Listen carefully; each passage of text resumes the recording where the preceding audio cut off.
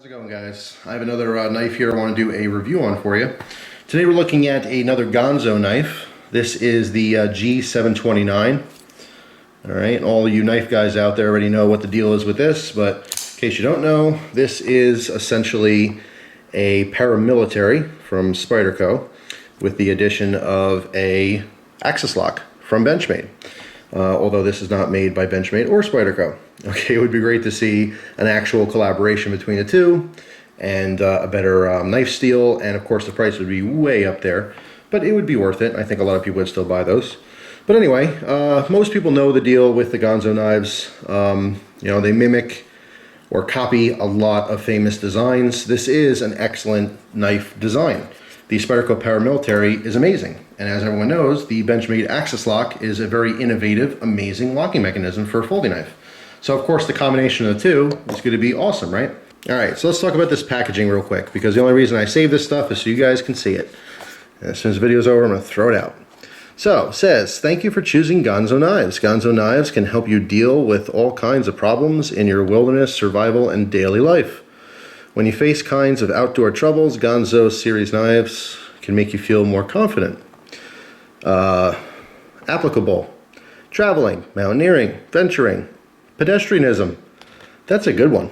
That's a good sales pitch. Hey, how can I use this? During pedestrianism. Through the forest. Collection. Defending.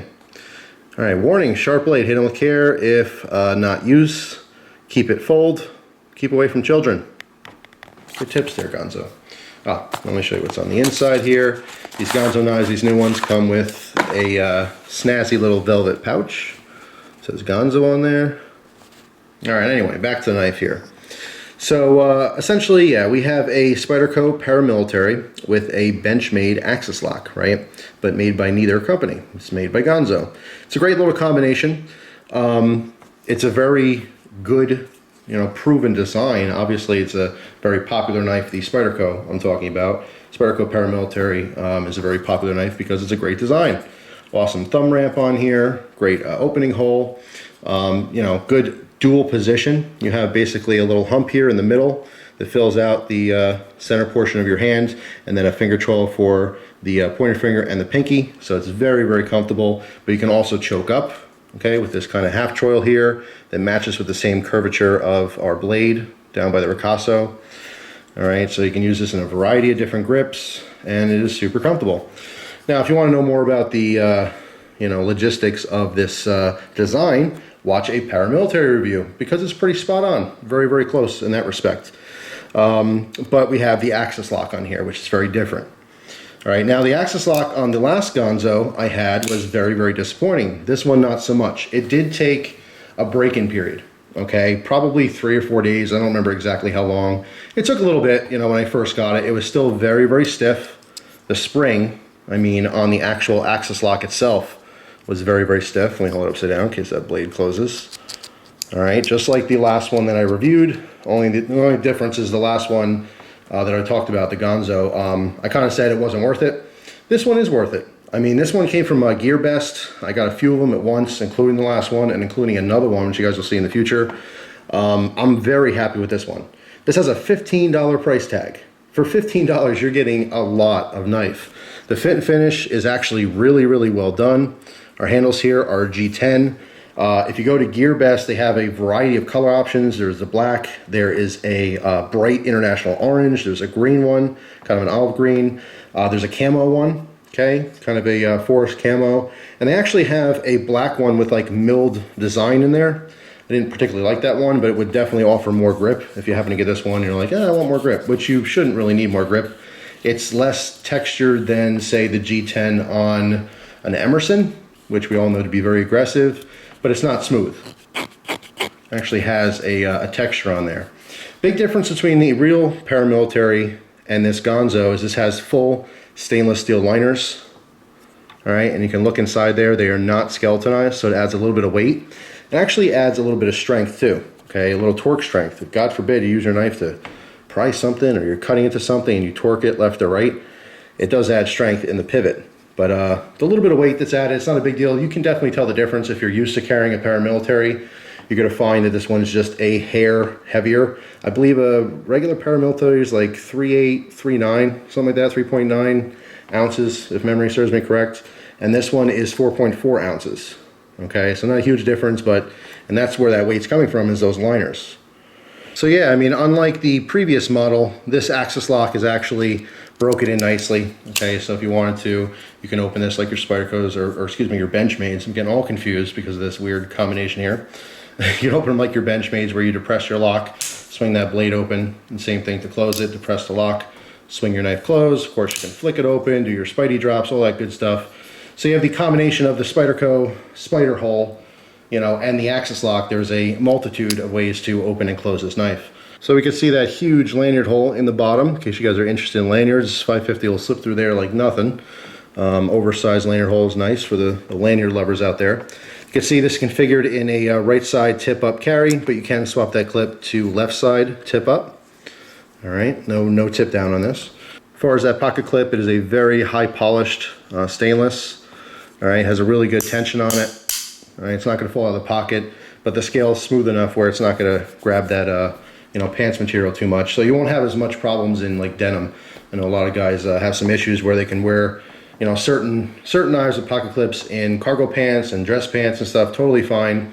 But once they switch to a pair of jeans or denim, you know, it's extra thick on the top portion there. Sometimes it just grips too much. It's hard to pull that out, but I haven't had any issues on this. I did, you know, wear these one day with some jean shorts around the house though. I don't wear the jean shorts out anymore.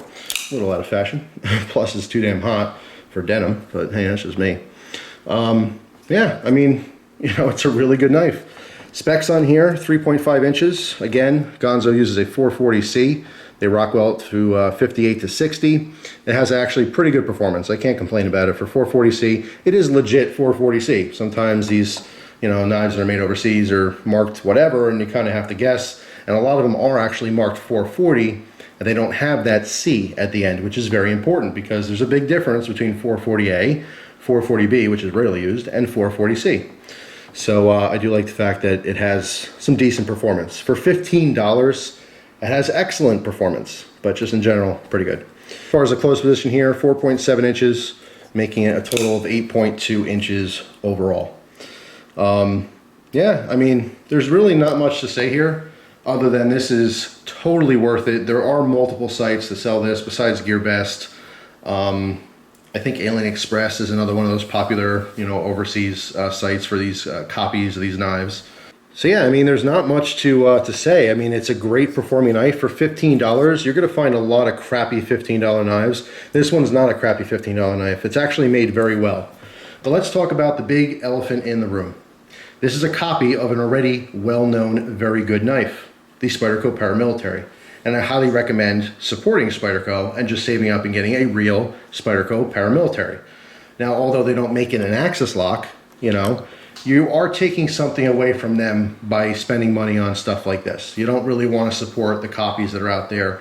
Counterfeits are different. I am extremely, extremely against counterfeits. That's a whole different ball of wax. Trying to be something you're not is no good, okay? And I don't support it, not one bit. Copies, it's a little bit of a gray area. I personally don't support them. I obtain them and I get them for reviews. I didn't buy this knife, okay? I got this knife for a review from a viewer. I would not spend money on something like this, not because it's not worth it, but just because of the moral aspect of supporting a company that's stealing designs. So I'll leave it to you.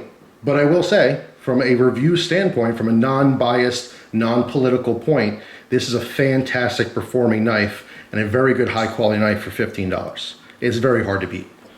That being said, that's Cutlery Lover talking to you.